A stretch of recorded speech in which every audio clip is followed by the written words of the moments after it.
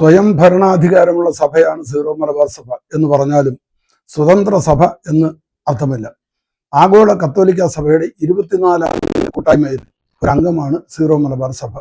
അതുകൊണ്ട് തന്നെ ഈ കൂട്ടായ്മയുടെ തലസ്ഥാനം റോമാണ്, തലവൻ മാർപ്പാപ്പയാണ്. എന്നാൽ നാം ഒരു സ്വതന്ത്ര സഭയാണ്, ഇവിടുത്തെ കാര്യങ്ങൾ നമ്മൾ തീരുമാനിക്കും എന്നൊക്കെയാണ് ചിലർ, പ്രത്യേകിച്ച് എറണാകുളംകാർ പറയുന്നത്. മാർപ്പാപ്പയ്ക്ക് തെറ്റുപറ്റും, ഏത് മാർപ്പാപ്പ, എന്ത് സിനഡ് എന്നൊക്കെയുള്ള അവരുടെ നിഷേധാത്മക നിലപാടുകളിൽ എമ്പാടും കാണുന്നത് അത് മാത്രമാണ്. അതുകൊണ്ടാണ് അവർ മാർപ്പാപ്പയെയും സിനഡിനെയും വകവെക്കാത്തത്. അതുകൊണ്ടാണ് മറ്റ് 34 രൂപതകളും സഭയോടൊത്ത് നിൽക്കുന്നുണ്ടല്ലോ എന്ന് പോലും അവർക്ക് ചിന്തിക്കാൻ പറ്റാത്തത്. ഈ വിരുദ്ധ നിഷേധ നിലപാടിന് ചരിത്രപരമോ വിശ്വാസപരമോ ദൈവശാസ്ത്രപരമോ ആയ യാതൊരു ന്യായവും കാണിക്കാൻ അവർക്കില്ല. അഹങ്കാരം എന്ന മർക്കട മുഷ്ടി മാത്രം. ആകെ കൂടി പറയാനുള്ളത് 60 വർഷത്തെ പാരമ്പര്യം എന്നാണ്. ഇന്ത്യയിൽ 28 സംസ്ഥാനങ്ങളും അവിടെയെല്ലാം അസംബ്ലിയും ഗവൺമെന്റും ഉണ്ടെങ്കിലും അവയെല്ലാം ഇന്ത്യ രാജ്യത്തിലെ അംഗങ്ങളായിരിക്കുന്നത് പോലെ എല്ലാത്തിനും മുകളിൽ കേന്ദ്ര സർക്കാർ ഉള്ളതുപോലെ ഒരു സംവിധാനം മാത്രമാണിത്. അമേരിക്കയിൽ 51 സംസ്ഥാനങ്ങൾക്കും സ്വന്തം സെനറ്റും അസംബ്ലിയും ഗവർണറും ഉണ്ടെങ്കിലും അവയെല്ലാം അമേരിക്ക എന്ന രാജ്യത്തിലെ അംഗങ്ങളാണ്. ഇവയെല്ലാം വിഭജിച്ചിരിക്കുന്നതിൽ തന്നെ കൃത്യമായ ചില മാനദണ്ഡങ്ങളുണ്ട്. സഭകളുടെ കാര്യത്തിലും അങ്ങനെ തന്നെ.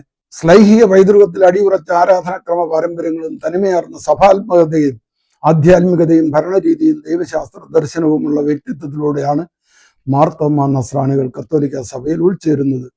പാശ്ചാത്യ സഭാ പാരമ്പര്യത്തിൽ നിന്ന് പാടെ വ്യത്യസ്തമായ നസ്രാണി സഭാ ജീവിതശൈലി സീറോ മലബാർ മലങ്കര സഭകളിൽ സഭാ നേതൃത്വത്തിന്റെ കീഴിൽ വളർത്തിയെടുക്കുവാനാണ് വത്തിക്കാൻ കൗൺസിൽ നിർദ്ദേശിച്ചത്. ഉറവിടത്തിലേക്ക് തിരിഞ്ഞ് തനിമയാർന്ന സഭാ ജീവിതശൈലി കണ്ടെത്താൻ വത്തിക്കാൻ കൗൺസിൽ നൽകുന്ന ആഹ്വാനം മാർത്തോമാ നസ്രാണി സഭയും അംഗീകരിക്കേണ്ടതാണ്. റോമൻ കൂരിയയുടെ പേര് തന്നെ നസ്രാണി സഭ കേന്ദ്രവും സന്യാസ സമൂഹങ്ങളുടെ കേന്ദ്ര ഭവനങ്ങളും സ്വീകരിക്കുന്നത് വൈരുദ്ധ്യമാണ്. റോമാ ചക്രവർത്തിയായിരുന്ന ഡയോക്ലീഷ്യൻ അധികാര കേന്ദ്രീകരണത്തിനും പ്രജകളുടെ നിയന്ത്രണത്തിനും വേണ്ടി രൂപം കൊടുത്തതാണ് ഭരണ സംവിധാനം. ചക്രവർത്തിയുടെ ഭരണകേന്ദ്രത്തിന്റെ പേരായിരുന്നു റോമൻ കൂരിയ. അതിന്റെ പ്രാദേശിക പതിപ്പാണ് രൂപതകളുടെ കൂരിയ. ഇക്കാര്യത്തിൽ എറണാകുളം കൂരിയ എടുത്തു പറയേണ്ട ഒന്നാണ്. ഏകാധിപതികളുടെ കേന്ദ്രമാണത്. കുർബാന മുടക്കി പള്ളികൾ പൂട്ടിയിടാൻ പോലും കൽപ്പിക്കുന്ന കൂരിയ പവിത്രമായ ശ്ലൈഹിക പൈതൃകത്തിന്റെ സംരക്ഷണവും പരിപോഷണവുമാണോ അതോ ഭരണപരവും സാമ്പത്തികവുമായ ആകുലതകളും അഭിലാഷങ്ങളുമാണോ അവർക്കുള്ളത് എന്ന് ആലോചിക്കേണ്ടിയിരിക്കുന്നു. റീത്ത് കുർബാന എന്നൊക്കെ കേൾക്കുമ്പോൾ ഏത് റീത്തായാൽ എന്താ, കുർബാന എങ്ങോട്ട് തിരിഞ്ഞാൽ എന്താ എന്നാണ് ചിലരുടെ വാദം. ദൈവശാസ്ത്രപരവും ചരിത്രപരവുമായ അതിലെ കാരണങ്ങൾ അവർക്ക് അറിയില്ല എന്നതാണ് ഈ ന്യായത്തിന്റെ കാരണം. ദേശീയ ഗാനം പാടുമ്പോൾ ഇരുന്ന് പാടിയാൽ എന്താ, എങ്ങനെ നിന്നാൽ എന്താ എന്ന് ഈ കൂട്ടർ വാദിക്കുമോ? ഓരോ സഭയുടെയും പേര് അതിന്റെ തനിമയും വ്യക്തിത്വവും സൂചിപ്പിക്കുന്നതായിരിക്കണമല്ലോ. 1886 സെപ്റ്റംബർ 1 രൂപം കൊണ്ട വരാപ്പുഴ രൂപതയ്ക്കുള്ളിലുള്ള സുറിയാനിക്കാരെ വേർതിരിച്ച് അവർക്ക് വേണ്ടി റോം സ്ഥാപിച്ചതാണ് സീറോ മലബാർ സഭ. ഈ പേരിന്റെ അർത്ഥം വ്യക്തമാക്കുന്നത് ആരാധനാക്രമത്തിൽ സുറിയാനി പാരമ്പര്യത്തിലും ഭരണാതിർത്തിപരമായി വരാപ്പുഴ ലത്തീൻ രൂപത അതിർത്തിയിലും ആയിരുന്നവർ എന്നാണ്. വരാപ്പുഴ രൂപതയിൽ നിന്ന് വേർതിരിക്കപ്പെട്ട സുറിയാനിക്കാർ എന്നാണ് ഇതിന്റെ അർത്ഥം. മാർത്തോമാ ക്രിസ്ത്യാനികളെന്നും ചിലപ്പോൾ സുറിയാനിക്കാരെന്നും അറിയപ്പെട്ടിരുന്ന ശ്ലൈഹിക സഭ ഒരു ലത്തീൻ രൂപത അതിർത്തിയിലെ സുറിയാനിക്കാരെന്ന് അറിയപ്പെടുന്നത് ശരിയല്ലല്ലോ. ഇത് ചരിത്രപരമായ വൈരുദ്ധ്യമാണെന്നതും വ്യക്തം. മാർത്തോമാ ക്രിസ്ത്യാനികളുടെ സഭാ അധ്യക്ഷൻ കൊടുങ്ങല്ലൂർ ആസ്ഥാനമാക്കി ഇന്ത്യ മുഴുവന്റെയും മെത്രാപ്പൊലിത്ത എന്ന പേരിലാണ് പുരാതന കാലം മുതൽ അറിയപ്പെട്ടിരുന്നത്. അതുപോലെ തന്നെ സമുദായ തലവനായ ആർച്ച് ഡീക്കനും ഇന്ത്യ മുഴുവന്റെയും ആർച്ച് ഡീക്കനായിരുന്നു. 1992 ഡിസംബർ 16 വിശുദ്ധ ജോൺ പോൾ II മാർപ്പാപ്പ സീറോ മലബാർ സഭയെ മേജർ ആർക്കി എപ്പിസ്കോപ്പൽ സൂയി യൂറിസ് ചർച്ചായി ഉയർത്തി. അതോടെ സീറോ മലബാർ സഭയ്ക്ക് മേജർ ആർച്ച് ബിഷപ്പ് സ്ഥാനവും ലഭിച്ചു. അന്നേ ദിവസം കർദിനാൾ ആന്റണി പടിയറ സീറോ മലബാർ സഭയുടെ ആദ്യ മേജർ ആർച്ച് ബിഷപ്പായി നിയമിതനായി. കിഴക്കൻ കത്തോലിക്ക സഭകളിൽ പാത്രിയർക്കീസിന്റെ പദവിക്ക് തൊട്ടു താഴെയുള്ള ഏറ്റവും ഉയർന്ന പദവിയാണ് മേജർ ആർച്ച് ബിഷപ്പ്. അദ്ദേഹം സഭയുടെ പിതാവും തലവനും സിനഡിന്റെ അധ്യക്ഷനും സഭയുടെ ആഗോള ഭരണത്തിന്റെ മുഖ്യ ചുമതലക്കാരനുമാണ്. സീറോ മലബാർ സഭ ഇന്ന് ലോകത്തിലെ ഏറ്റവും വലിയ കിഴക്കൻ കത്തോലിക്ക സഭകളിൽ ഒന്നാണ്. സ്വന്തമായ ആരാധനക്രമവും നിയമവ്യവസ്ഥയും സിനഡും ആഗോള സാന്നിധ്യവും ഈ സഭയ്ക്കുണ്ട്. അതിനാൽ പലരും സഭയ്ക്ക് പാത്രിയർക്കീസ് പദവി ലഭിക്കണമെന്ന് വാദിക്കുന്നു. എന്നാൽ പാത്രിയർക്കീസ് പദവി നൽകുന്നത് മാർപ്പാപ്പയുടെ പ്രത്യേക അധികാരത്തിലാണ്. അതിന് വ്യക്തമായൊരു നിർബന്ധ മാനദണ്ഡ പട്ടിക സഭ ഔദ്യോഗികമായി പ്രസിദ്ധീകരിച്ചിട്ടില്ല. സാധാരണയായി പറയപ്പെടുന്ന ചരിത്രപരമായ ഒരു കാരണം പാത്രിയർക്കീസ് പദവി ലഭിച്ച മിക്ക കിഴക്കൻ കത്തോലിക്ക സഭകൾക്കും മുൻപ് തന്നെ ചരിത്രപരമായ പാത്രിയർക്കീസ് പാരമ്പര്യമുണ്ടായിരുന്നു എന്നതാണ്. എന്നിരുന്നാലും പ്രായോഗികമായി നോക്കുമ്പോൾ മേജർ ആർച്ച് ബിഷപ്പിനും പാത്രിയർക്കീസിനുമുള്ള അധികാരങ്ങളിൽ വലിയ സാമ്യമുണ്ട്. കിഴക്കൻ കാനൂൻ നിയമപ്രകാരം മേജർ ആർക്കി എപ്പിസ്കോപ്പൽ സഭകൾ പല കാര്യങ്ങളിലും പാത്രിയർക്കൽ സഭകൾക്ക് സമാനമായാണ് പ്രവർത്തിക്കുന്നത്. പ്രധാന വ്യത്യാസം പദവിയുടെയും ചില നിയമ നടപടികളുടെയും തലത്തിൽ മാത്രമാണ്. അതുകൊണ്ട് ചില സഭാ നേതാക്കൾ പറയുന്നത് സീറോ മലബാർ സഭ യഥാർത്ഥത്തിൽ പാത്രിയർക്കൽ സ്വഭാവമുള്ള സഭയാണ്, ഔദ്യോഗിക പദവി മാത്രം ലഭിക്കാനുണ്ട് എന്നാണ്. ഇത് സംബന്ധിച്ച് സീറോ മലബാർ സിനഡ് പല അവസരങ്ങളിലും പാത്രിയർക്കീസ് പദവിക്കായുള്ള ആഗ്രഹം പ്രകടിപ്പിച്ചിട്ടുണ്ട്. എന്നാൽ ഇതുവരെ വത്തിക്കാനിൽ നിന്ന് അത്തരം പ്രഖ്യാപനം ഉണ്ടായിട്ടില്ല. ഏഷ്യയുടെ പാരമ്പര്യത്തിലുള്ള നസ്രാണി സഭയ്ക്ക് പാത്രിയർക്കീസ് പദവിയാണ് ലഭിക്കേണ്ടത്. 16-ാം നൂറ്റാണ്ട് വരെ മാർത്തോമ്മ ക്രിസ്ത്യാനികളുടെ തറവാടും സഭാധ്യക്ഷന്മാരുടെ ആസ്ഥാനവുമായിരുന്നു കൊടുങ്ങല്ലൂർ. മെത്രാന്മാർ പൗരസ്ത്യ പാരമ്പര്യത്തിനും ഭാരതീയ ആധ്യാത്മിക ശൈലിക്കും ഇണങ്ങിയ താപസ ശ്രേഷ്ഠരായ സന്യാസികളായിരുന്നതിനാൽ അവരുടെ ഭവനങ്ങൾ ഇന്നത്തെ പോലെ ഭരണകേന്ദ്രങ്ങളോ അവയ്ക്ക് വേണ്ടിയുള്ള കെട്ടിട സമുച്ചയങ്ങളോ ആയിരുന്നില്ല.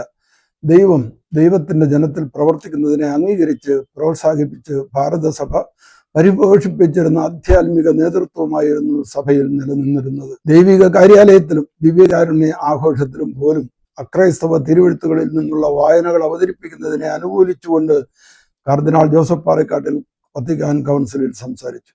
ലത്തീൻകാർക്കിടയിൽ നിരവധി ഇന്ത്യൻ ആരാധനക്രമ സൂത്രവാക്യങ്ങൾ അല്ലെങ്കിൽ ഇന്ത്യൻ അനാഫറകൾ പ്രത്യക്ഷപ്പെട്ടിട്ടുണ്ടെന്നും നിർഭാഗ്യവശാൽ ചില മലബാർ എപ്പാർക്കികളിൽ അത്തരം ഇന്ത്യൻ കുർബാനകൾ ഉപയോഗിച്ചിട്ടുണ്ടെന്നും ദിവ്യ ആരാധനയ്ക്കുള്ള സേക്രഡ് കോൺഗ്രിഗേഷൻ നിരോധിച്ചതിന് ശേഷവും അവ ഉപയോഗിക്കുന്നത് തുടരുന്നുണ്ടെന്നും അദ്ദേഹം കൂട്ടിച്ചേർത്തിരുന്നു.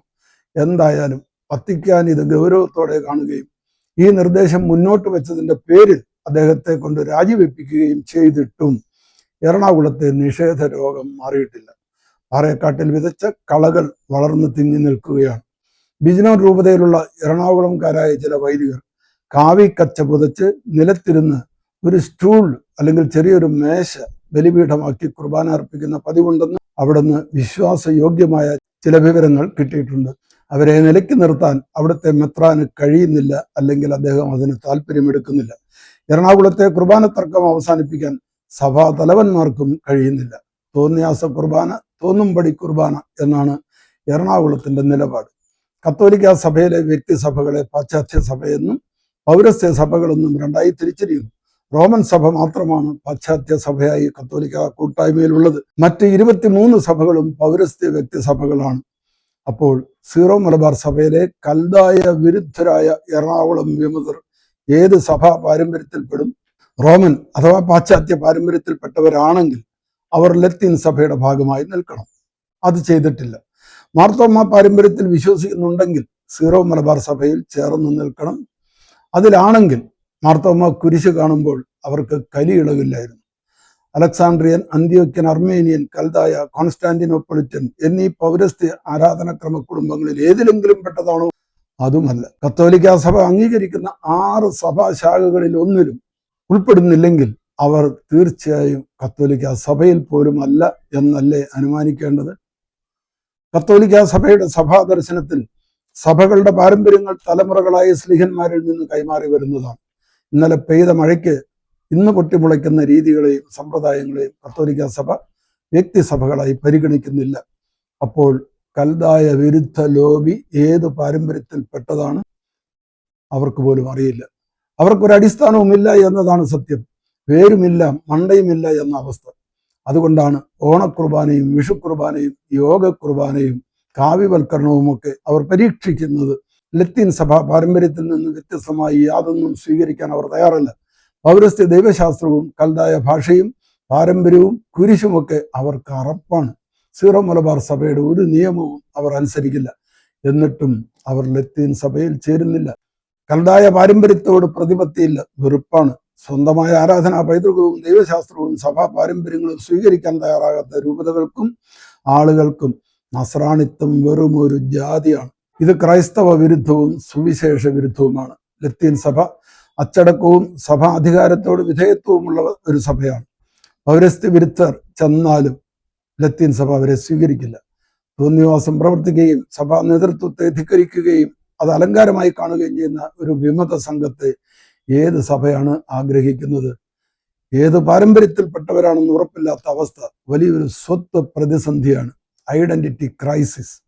എളിമയും വിനയവും വിധേയത്വവും ചേർന്ന വിശ്വാസം കൊണ്ട് അത് വീണ്ടെടുക്കാൻ കഴിയൂ.